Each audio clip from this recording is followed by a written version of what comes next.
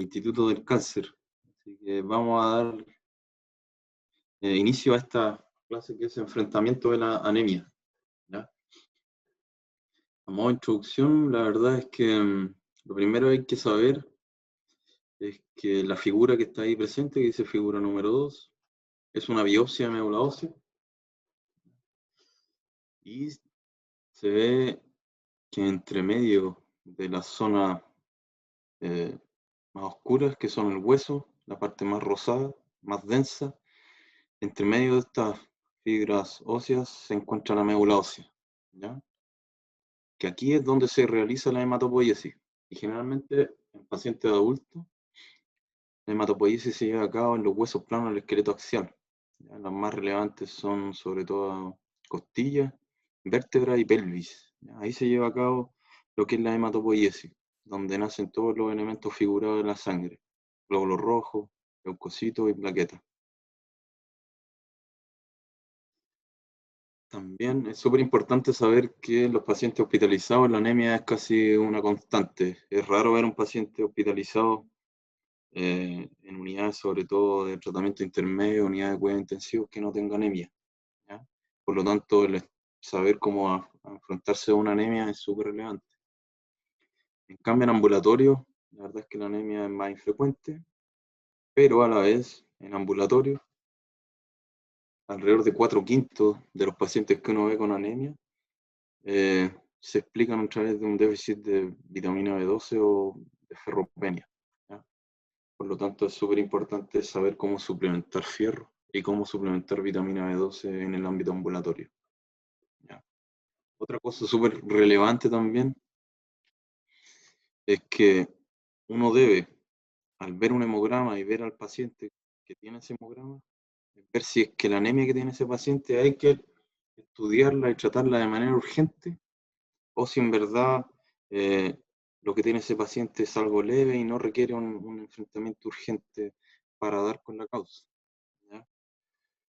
La verdad es que las causas más importantes a descartar cuando uno se enfrenta a un paciente con anemia, o en verdad con cualquier citopenia, eh, dado que puede haber una mortalidad cosa de días o semanas, son primero saber reconocer viendo un hemograma si el paciente puede tener una leucemia aguda, ver si ese paciente puede tener una mielodisplasia de alto riesgo, que también en la actualidad son como unas preleucemias, ver si el paciente tiene una aplasia medular y ver si el paciente tiene una anemia hemolítica. Esas son las causas más relevantes a descartar, así de entrada, o uno tiene que tener una alta sospecha cuando uno ve un hemograma para ir a buscar estas cosas y descartarlas, o empezar el inicio para confirmar alguna de estas causas. Entonces uno tiene que saber reconocer dentro de los patrones del hemograma si el paciente puede tener una leucemia aguda, una mielodisplasia de alto riesgo, si es que puede tener una aplasia medular o una anemia hemolítica. Y la verdad es que a lo largo de los 200, 300 años que se lleva estudiando la anemia, existen muchísimas formas de estudiarlo, pero la verdad también muchísimas formas de explicarlo, pero la verdad es que casi todas llegan al mismo resultado final. Independiente de qué método uno utilice, uno debe llegar al mismo resultado.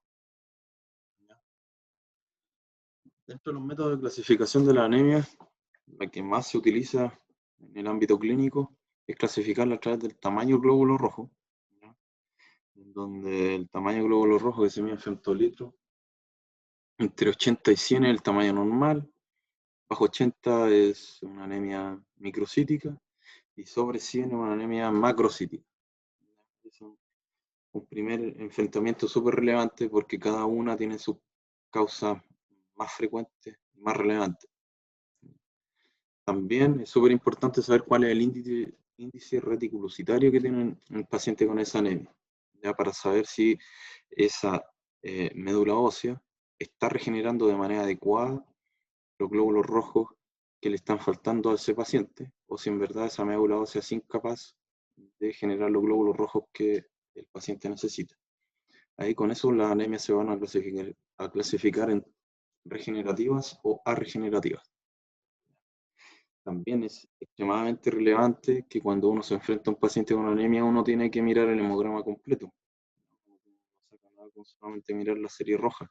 Uno también tiene que ver la serie blanca, tiene que ver las plaquetas, tiene que ver las características morfológicas del glóbulo rojo, las características morfológicas de los leucocitos en sus diversas eh, presentaciones.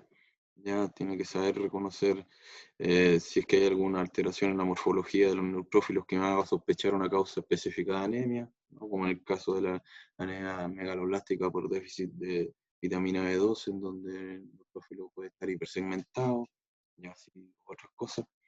Ya también ver el tamaño de las plaquetas, ya que nos puede indicar si es que se están consumiendo con mayor rapidez de lo habitual. También es súper importante tener un perfil bioquímico que nos haga ver si el paciente con anemia puede tener un tipo de anemia hemolítica, ¿no? Donde van a haber niveles de LDH elevados, ¿no? La lactato deshidrogenasa es una enzima intraeritrocitaria que es súper relevante para que el glóbulo rojo pueda generar la energía que necesita. Ya no tiene mitocondrias, por lo tanto depende mucho de la LDH para poder, de otras enzimas, pero la LDH es una cosa que podemos medir, que cuando el glóbulo rojo se rompe, la LDH aumenta mucho en plasma. Otras cosas para reconocer si esa anemia que tiene el paciente es hemolítica es que va a tener niveles de aptoglobina bajos. Ya los niveles de aptoglobina están en algunas clínicas privadas. No conozco ningún hospital público que los tenga disponibles. Y lo que hace la aptoglobina es captar a la hemoglobina para llevarla al sitio en donde tiene que ser procesada para recuperar el fierro que se está liberando hacia el plasma. Y lo otro también para reconocer una anemia hemolítica es la hiperbilirrubinemia indirecta. ¿Ya? La hemoglobina se procesa de manera rápida y eso se transforma en bilirrubina indirecta. Por lo tanto, un paciente con LDH elevada a niveles de aptoglobina bajo, hiperbilirrubinemia indirecta, nos tiene que hacer sospechar que ese paciente tiene una anemia hemolítica. Y también, dentro de las cosas básicas, es cuando uno enfrenta a un paciente, sobre todo cuando se está sospechando algo más o menos grave, es tener sí o sí los niveles de vitamina B12, niveles de folato sérico, una ferritina y una cinética del hierro. En verdad, casi que una pérdida de tiempo llamar a hematología sin tener estas cosas en un paciente con anemia. Entonces, cuando en verdad hablamos de anemia, la verdad es que se hicieron estudios epidemiológicos masivos y a través de estadísticas, las cosas de las dos desviaciones estándar hacia abajo, es que se clasificaron la anemia en hombres, mujeres y embarazadas. La verdad es que el corte para hablar de anemia en hombres es distinto al de las mujeres, más que nada porque las mujeres siempre tienen unos niveles de hemoglobina menores dado las pérdidas sanguíneas frecuentes a través de la menstruación, que hacen que las mujeres tengan un poco más de anemia que los hombres. Por eso el corte de hombres para hablar de anemia es una hemoglobina menor a 13, en mujeres una hemoglobina menor a 12 y en embarazadas menor a 11. Ya dado la anemia dilucional que se provoca por el aumento del volumen plasmático en las embarazadas, sobre todo en segundo y tercer trimestre, dado que los riñones sensan hipotensión, dado que casi toda la sangre, o una gran parte de la sangre se va a alimentar al útero y al feto. Entonces disminuye la irrigación de los riñones activan el sistema renina, angiotensina y aldosterona, y con eso aumentan mucho el volumen plasmático, lo cual diluye la hemoglobina, ¿no? Entonces, por eso los cortes en embarazadas son de 11. Otra cosa importante a tener en consideración es que un clorhidrolasto, que es el progenitor eritroide más inmaduro, que se reconoce morfológicamente a través del microscopio óptico, demora 7 días en generar un eritrocito maduro. Por lo tanto, cuando yo suplemento fierro a un paciente con anemia ferropénica, no voy a ver una respuesta de aumento de hemoglobina antes de por lo menos una semana, 10 días. Lo mismo cuando le colocamos eritropoyetina a un paciente, o lo mismo cuando colocamos B12 a un paciente neurobionta. La verdad es que uno antes de una semana, 10 días, es imposible ver una respuesta adecuada antes de los 7-10 días, dado que el pruriroplasto que va a recibir lo que le falta se demora 7 días en generar un eritrocito maduro. Otra cosa importante tener en consideración que la vida media de glóbulos rojos entre 3 y 4 meses. La eritropoyetina es la principal hormona relacionada a la eritropoiesis y que se requieren estos nutrientes básicos en una buena cantidad para poder generar glóbulos rojos, que es fierro, vitamina B12 y ácido fólico. Esto es lo mismo, pero visto en un microscopio óptico.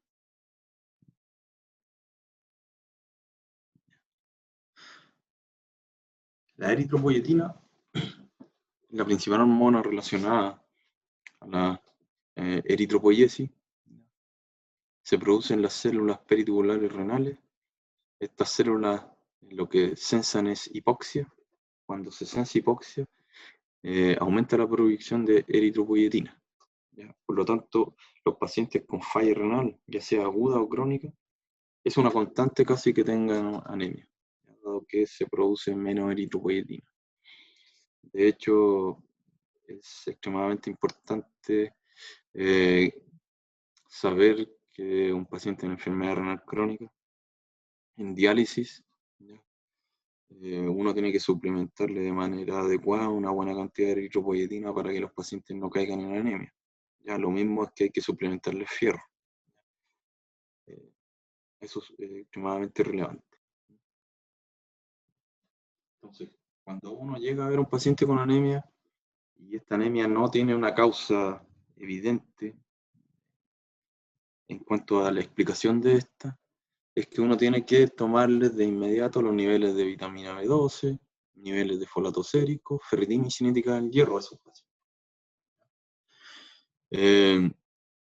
La verdad es que en los libros sale que uno debiese medir los niveles de folato eritrocitario, pero la verdad es que dado que en Chile el déficit de folato es casi inexistente, la verdad es que basta con pedir niveles de folato sérico para ver si a ese paciente realmente le falta folato.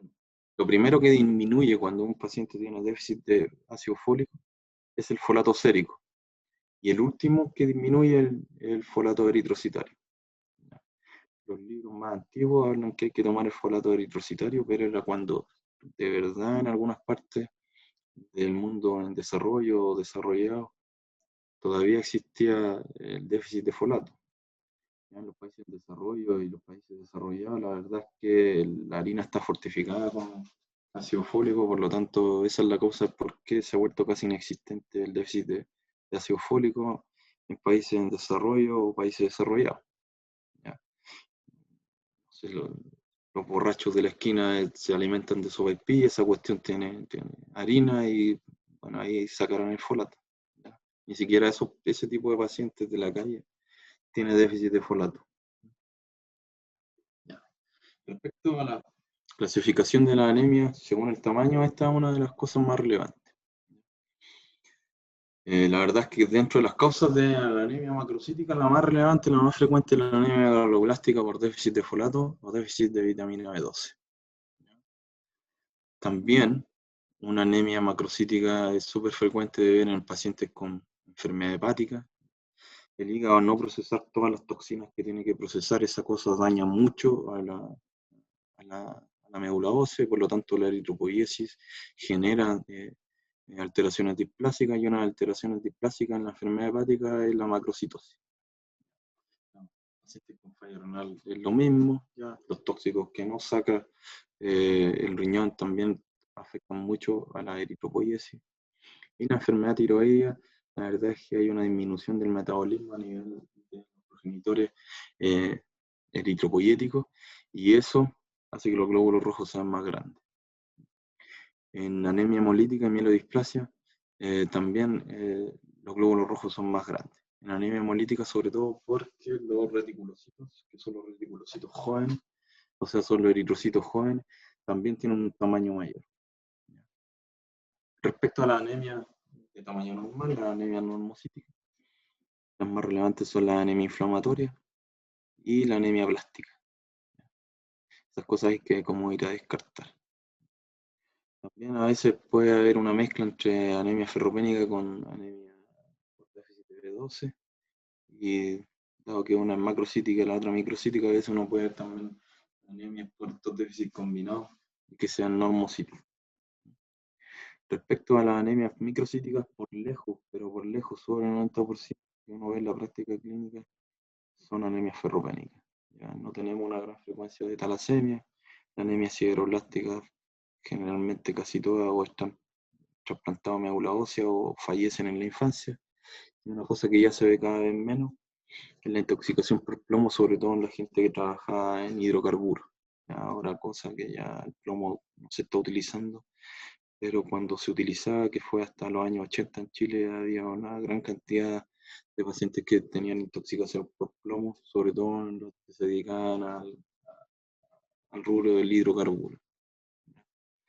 Y también la anemia microcítica que lleva a la ferropenia son estados inflamatorios crónicos prolongados en donde la inflamación crónica disminuye la absorción de fierro y por lo tanto se genera anemia ferropénica.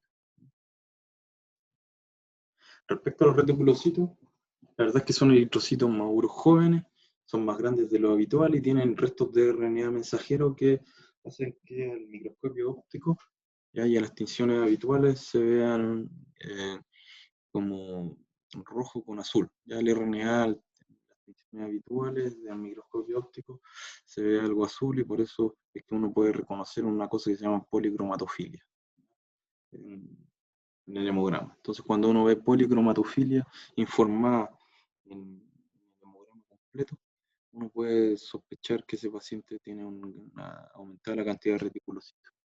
¿Ya? Los reticulocitos son eritrocitos maduros jóvenes que todavía están madurando en la médula ósea, pero en caso de que haya alguna pérdida sanguínea importante o haya una hemólisis relevante, esta cantidad de reticulocitos se libera antes de tiempo de la médula y salen a la sangre periférica y por lo tanto uno ve un aumento de reticulocitos. En hemorragia, pacientes que sufren algún tipo de hemorragia o choque hemorrágico o anemia hemolítica grave, uno puede ver un aumento de estos reticulocitos en la sangre periférica. ¿Ya? La verdad es que el índice reticulocitario, uno siempre debe sacarlo. El índice, la cantidad de reticulocitos depende más que nada del hematocrito que tenga el enfermo. ¿Ya? Dado que si uno tiene una menor cantidad de hematocritos, por lo tanto existe una mayor probabilidad de que esa médula ósea saque los glóbulos rojos jóvenes hacia la sangre periférica para compensar. Por lo tanto, por eso es súper relevante saber que si ese índice reticulocitario está acorde al hematocrito que tiene el paciente. Existen varias fórmulas de calcularla. En UpToDate, aquí yo puse esta, pero hay varias formas de calcular. Cuando uno habla de un índice regenerativo, sea un índice mayor a 2,5, mayor a 3, uno habla de una anemia regenerativa, y cuando el paciente tiene un índice reticulocitario menor a 2, uno habla de una anemia regenerativa. ¿Ya? Dentro de las patologías regenerativas, los déficits nutricionales son anemia regenerativa, la aplasia medular y la mielodisplasia pueden ser anemia regenerativa en donde hay una insuficiencia medular. El resto, las cosas deben ser más o menos regenerativas.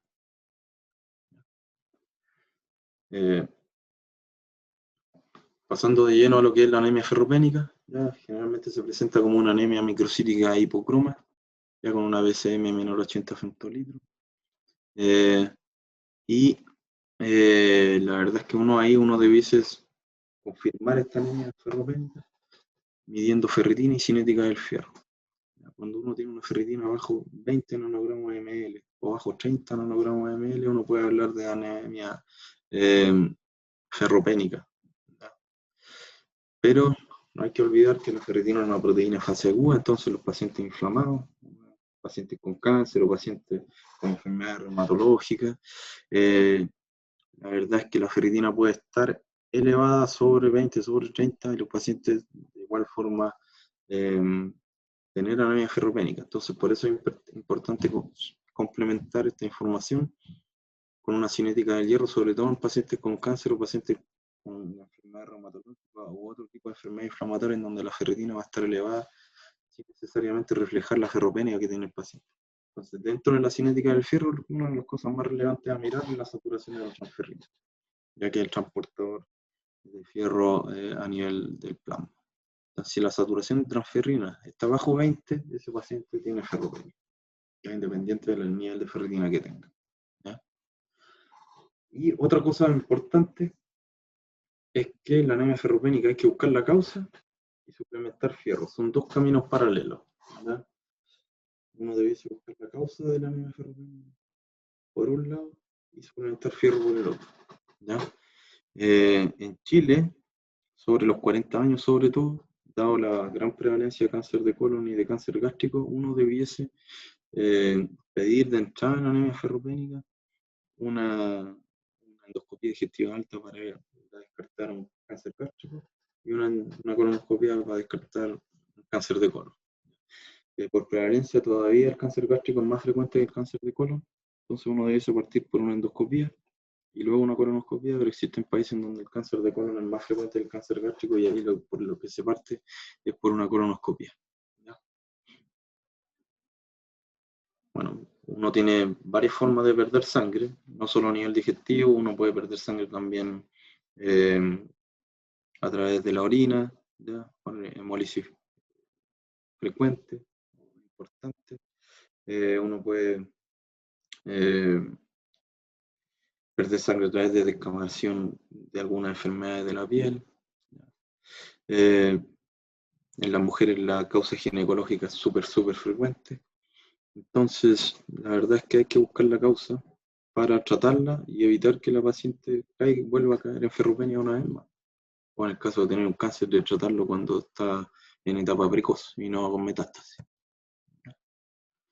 Respecto a la suplementación de fierro, uno debiese ver si se puede suplementar ese paciente de entrada con fierro oral o si en verdad requiere fierro endovenoso. Generalmente, cuando un paciente llega a la consulta con anemia microcítica hipocroma, y esa es por causa de fierro, hay que ver si el paciente tiene alguna enfermedad inflamatoria o no, porque la inflamación disminuye la absorción de hierro a nivel del duodeno, que es donde se absorbe. ¿Ya? Si el paciente tiene cáncer o si tiene alguna enfermedad reumatológica activa, la verdad es que la suplementación vía oral no va a tener mucho sentido, dado que hay un aumento de la epsidina que bloquea la absorción de hierro a nivel del duodeno. Por lo tanto, ahí uno debiese dar hierro endovenoso de entrada, ¿ya? Pero en el resto de los pacientes uno puede dar hierro oral. Cuando uno tiene sulfato ferroso, que están disponibles en todos los consultorios, uno debe dar 3 comprimidas al día de sulfato ferroso, que tiene 100 miligramos de hierro elemental, con lo cual se absorberán 2 o 3 miligramos de hierro al día. Y los hierros más nuevos, como ferronín, confer, maltofer, esas cosas, generalmente uno da 2 comprimidas al día, uno en la mañana, uno en la tarde. El fierro se debe tomar en ayunas, dado que el transportador de fierro a nivel del duodeno es un transportador de cationes divalentes, donde si uno come cosas y se toma el fierro al mismo tiempo, se va a preferir la absorción de calcio, de magnesio, de cobre, lo que sea, en medio del fierro. ¿Ya? Por eso es que se tiene que tomar en ayuno. ¿Ya? Cuando uno calcula, porque una persona normal tiene como 3 o 4 gramos de hierro corporal total. ¿Ya? Para tener una anemia importante, microcítica hipocroma, cuando uno calcula los déficits de hierro, estos son entre 1 a 1,5 gramos. ¿Ya? Para suplementar eso a través de hierro oral, uno tiene que estar 4, 5, 6 meses tomando fierro. El duodeno absorbe 2 o 3 miligramos al día de hierro cuando está a su máxima capacidad. Por lo tanto, para llegar a los 1500 miligramos no requiere una gran cantidad de días. En cambio, el hierro endovenoso, hoy día en Chile hay disponibles varias formas de suplementarlo, pero los más frecuentes de haber es el Venofer y el Ferinject. El Venofer son ampollas de 100 miligramos, por lo tanto, en pacientes con anemia ferropénica severa, que le faltan 1000 o 1500 miligramos, uno debiese suplementar 10 a 15 ampollas. ¿Ya? El Venofer se puede pasar en 2 ampollas al día por medio, se disuelve eso en 250 de fisiológico y se pasa en 1 hora. Y el Ferinject, es una cosa más nueva, para ampollas de 500, entonces apenas con 2 o 3 ampollas uno ya puede suplementar todo el hierro que le falta a un enfermo. ¿Ya? El Ferinject se pueden pasar 2 ampollas de una, también se disuelven en 250, también se pasan en 1 hora endovenosa. Tanto Venofer como Ferinject están muy poca alergia. Nunca he visto a nadie hacer alergia a Ferinject y he visto tan solo un paciente hacer alergia a Venofer. 5 años que llevo dando hierro endovenoso. Y la verdad es que la duración de la suplementación con hierro oral hay que estar por lo menos 3-6 meses dando hierro oral para poder suplementar los 1500 miligramos que le debe faltar a un enfermo. Y también va a depender harto de la cantidad de pérdida de fierro que tenga el enfermo y si se trata de esta o no. ¿Ya? Respecto a anemia megaloblástica, la verdad es que el déficit de fólico, como ya hablamos, casi que no existe dada la fortificación de la harina que se realiza como del año 93-94 en Chile. Los pacientes que yo he visto déficit de folato son los que toman antifolato. El cotrimoxazol forte se utiliza sobre todo para la prevención de enfermedades oportunistas en VIH. En esos pacientes que llevan años sin suplementación de fólico, esos pacientes yo he visto que dan uno de los pocos pacientes que he visto con déficit de fólico. ¿Ya? En cambio, el déficit de B12 es una cosa súper frecuente, sobre todo después de los 40 años. Más encima, el folato es súper infrecuente que haya déficit, no solo por la suplementación de folato de la harina, sino que también porque el folato se absorbe a través de todo el intestino, los 7-8 metros que uno tiene de intestino. Entonces la verdad es que el déficit de folato es casi inexistente hoy en día. Respecto a la vitamina B12 está súper frecuente, sobre todo sobre los 40 años, porque para tener una buena absorción de vitamina B12 uno tiene que tener una buena saliva donde hay aptocorrina, ya que un chaperón de la vitamina B12 está el duodeno. En estómago tiene que haber una buena cantidad de ácido y liberación de factor intrínseco, que es el siguiente chaperón a nivel de duodeno hasta el ileón terminal. Tiene que haber un buen funcionamiento del páncreas que disuelva las enzimas y disuelva esta unión que hay entre la aptocorrina y la vitamina B12. Luego tiene que unirse el factor intrínseco a la vitamina B12 y eso tiene que ir en un líquido básico hasta llegar al ileón terminal donde está la proteína que absorbe el conjunto del factor intrínseco con la vitamina B12. Entonces, sobre los 40 años, a la gente toma omeprazol y hay poco ácido, o tiene alguna alteración a nivel de la salida, o tiene alguna alteración a nivel del terminal, entonces, la verdad es que es súper frecuente el déficit de folato, ¿no? O sea, el déficit de B12. Cuando uno tiene un paciente con anemia megaloblástica por déficit de fólico, uno debiese suplementar unos 5 miligramos al día vía oral. Y con eso, la verdad es que en unas 2-3 semanas ya va a tener suplementado al paciente. Respecto a vitamina B12, la verdad es que en la actualidad se puede suplementar tanto vía oral como vía parenteral. Y dentro de la vía parenteral, la más comúnmente usada es la intramuscular, donde ahí se coloca neurovienta, que incluso hay hoy día jeringas de 10.000 unidades. Cuando uno tiene un diagnóstico confirmado de déficit de vitamina B12 y lo va a suplementar, una de las formas es 10.000 unidades en una jeringa intramuscular una vez por semana por 3 semanas. Con eso uno debiese tener ya suplementado por lo menos unos 6 meses de vitamina B12 en el paciente.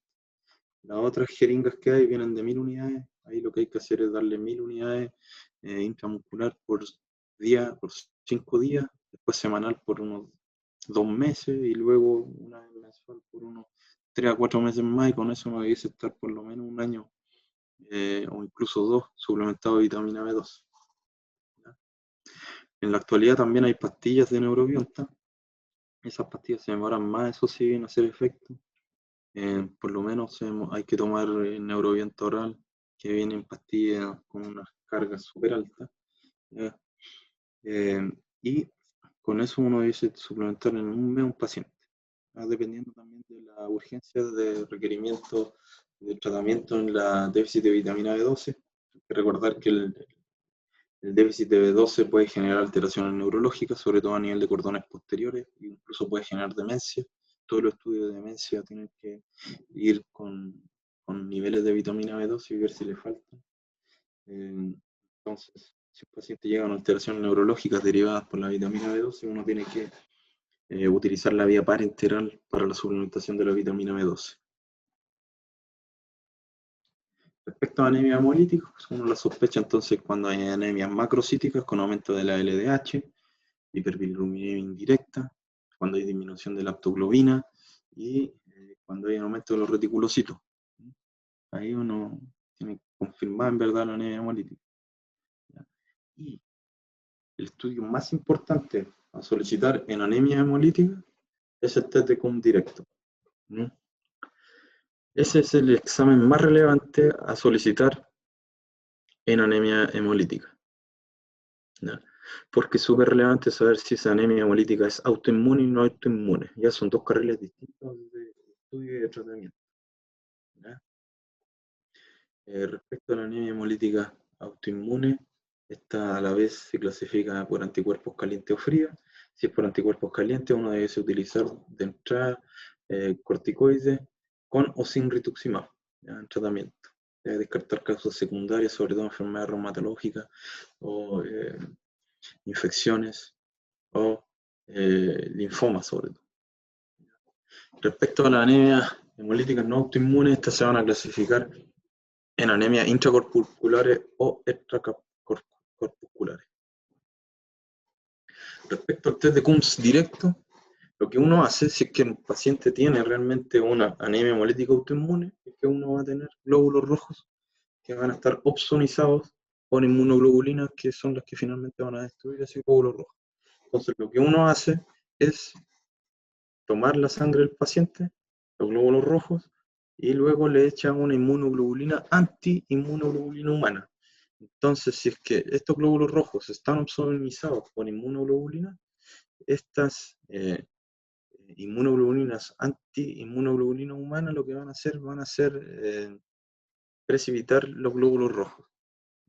Uno va a poder ver visualmente si el paciente tiene un test de Coombs directo positivo. Si el paciente tiene un test de Coombs directo positivo, ese paciente tiene una anemia hemolítica autoinmune. ¿Ya? Respecto a las anemias hemolíticas no autoinmunes, ¿ya? Estas pueden dividirse en intracorpusculares o extracorpusculares. Las intracorpusculares, uno las subdivide en alteraciones de la hemoglobina, alteraciones de la membrana del glóbulo rojo, y algunas alteraciones enzimáticas. Entonces, dentro de las alteraciones de la membrana, aquí está el paciente con una esferocitosis hereditaria. ¿Ya? Hay una alteración en una proteína de la membrana del glóbulo rojo que hace que los glóbulos rojos sean de la forma de una esfera. Y eso lleva a anemia hemolítica constante desde el nacimiento. Aquí está una de las causas de anemia por déficit de piriguato quinasa, una enzima.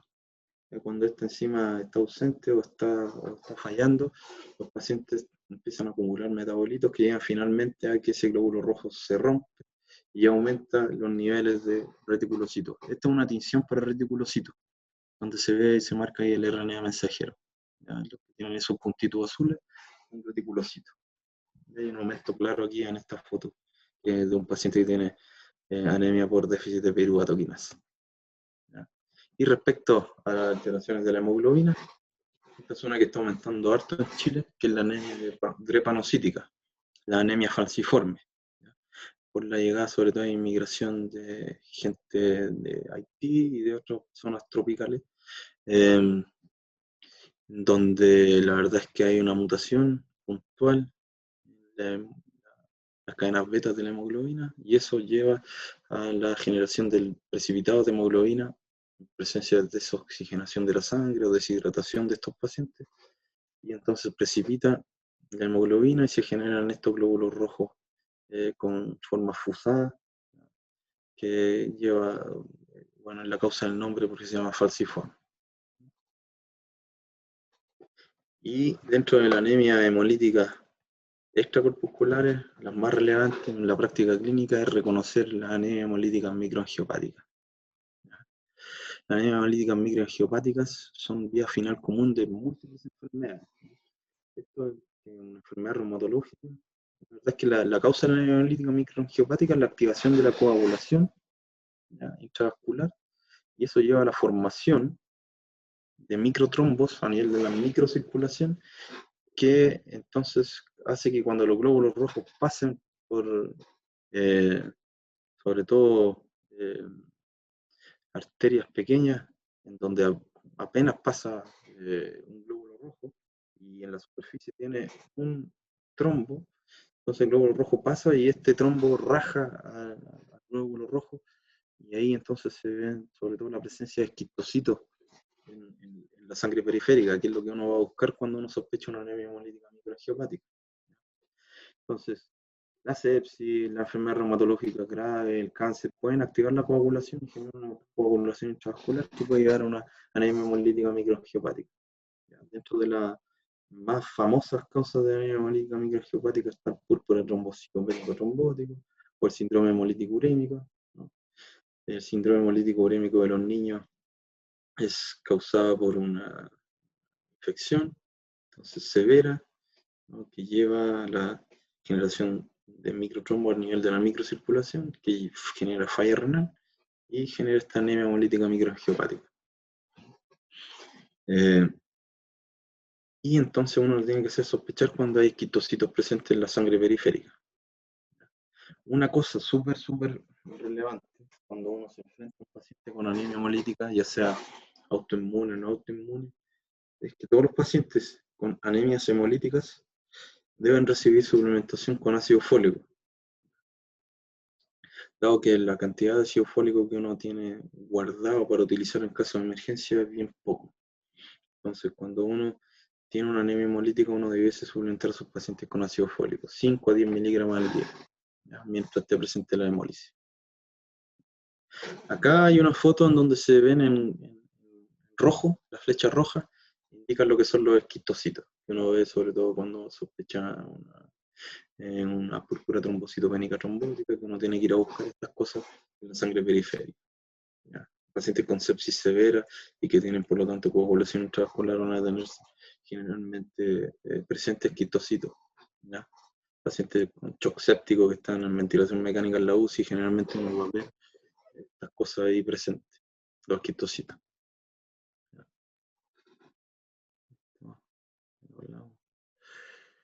Y bueno, para finalizar, vamos a ver algunos hemogramas. Aquí, por ejemplo, se ve un paciente que tiene una hemoglobina de 10 con una BCM de 90, o sea, una anemia normocítica, ¿ya? Y este paciente tiene muchos eritroblastos en sangre periférica, ¿ya? También uno no debiese ver nunca eritroblastos en sangre periférica en una persona normal, ¿ya? Los eritroblastos son progenitores bien inmaduros, ¿ya?, y que están nucleados.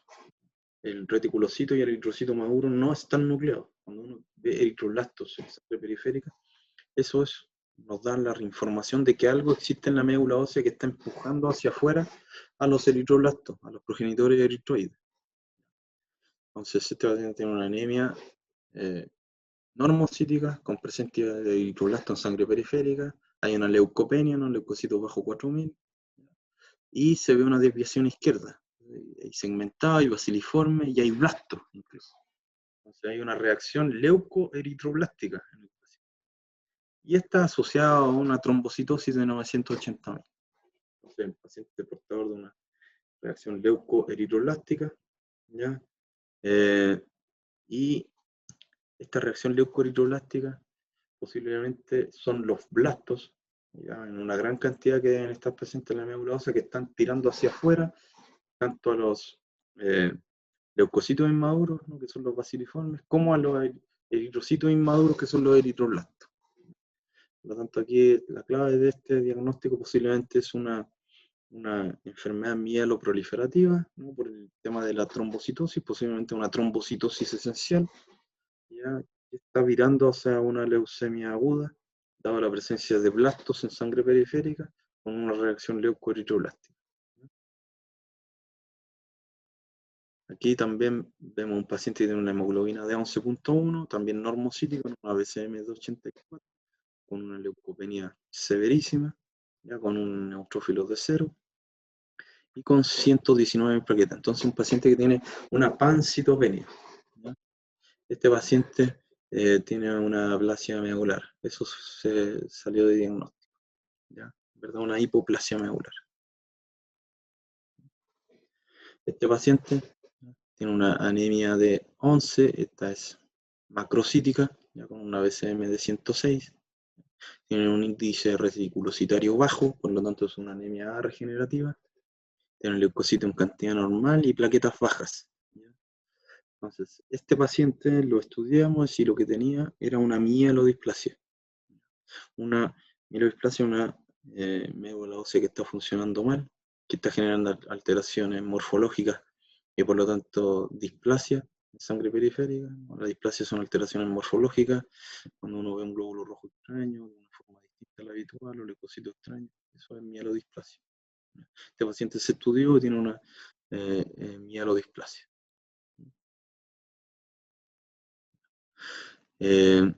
Una de las cosas que nos hizo sospechar que este paciente tenía una mielodisplasia son estas alteraciones morfológicas que salen ahí como neutrófilos hipogranulares, que es una de las características que tienen los neutrófilos en la mielodisplasia.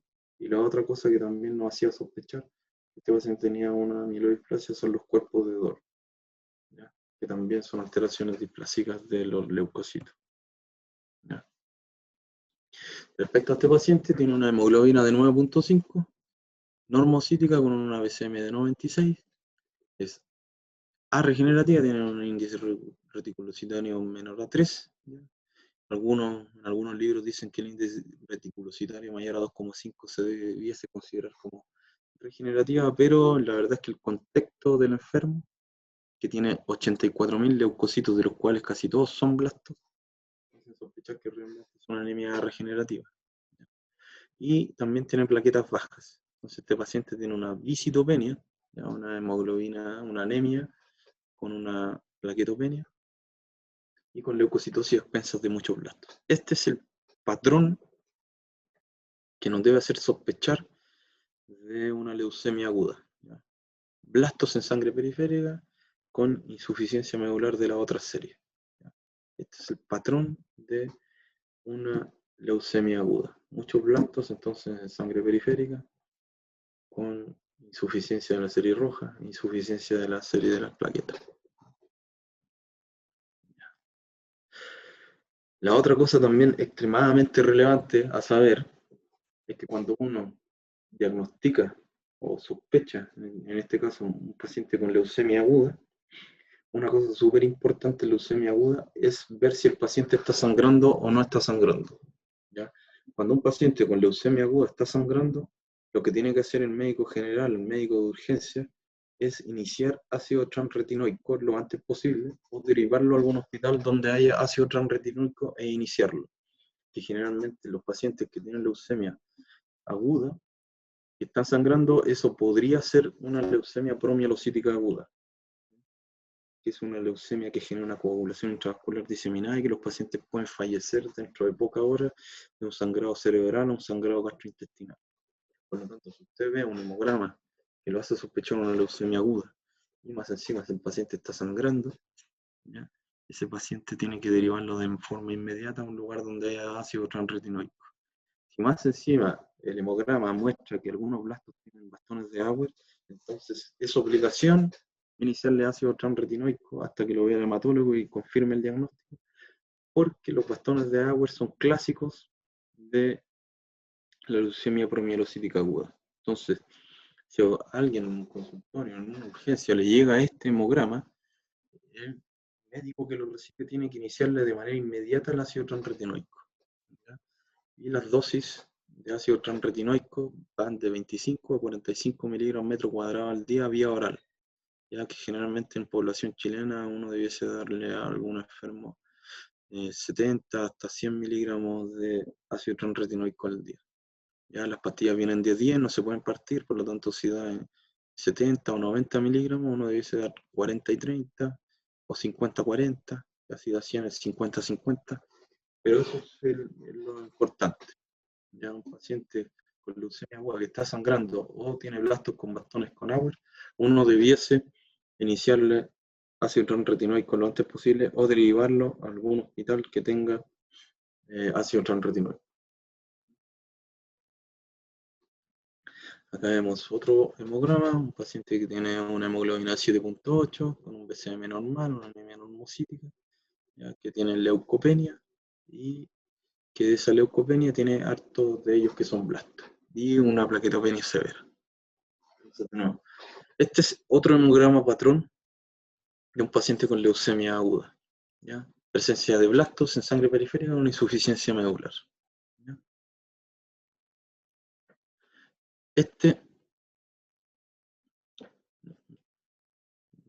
Este paciente tiene una hemoglobina de 11.5 con una BCM normal, tiene eritroblastos de nuevo, tiene 8.200 leucocitos normal, pero tiene una desviación izquierda con presencia de baciliforme y de nuevo blastos, ¿ya? Entonces, este paciente tiene una reacción leucoeritroblástica, posiblemente con una leucemia aguda. Los blastos deben estar empujando los eritroblastos a salir hacia la sangre periférica, generando insuficiencia medular, generando que haya aparición de leucocitos maduros en sangre periférica. Y lo otro importante es que de nuevo hay blastos con bastones de agua. Por lo tanto, este paciente tiene que ser derivado lo antes posible a algún lugar que tenga ácido tranretinoico disponible.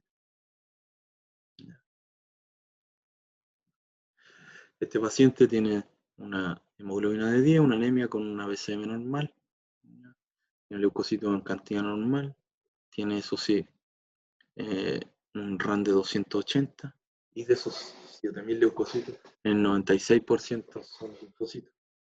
Entonces uno no solo tiene que fijarse en que la cantidad de leucocitos esté normal, sino que el diferencial esté normal. Este paciente, si llega con fiebre a un servicio de urgencia, tiene que ser tratado con esquemas de neutropenia febril, ¿ya? Y lo otro importante es que el paciente también tiene plaquetas de 25.000. Entonces, este paciente se empezó a estudiar, era un paciente joven de 20 años, que llegó después de haber cursado una hepatitis hace como un mes, ¿ya? Y lo que tenía finalmente era una aplasia medular.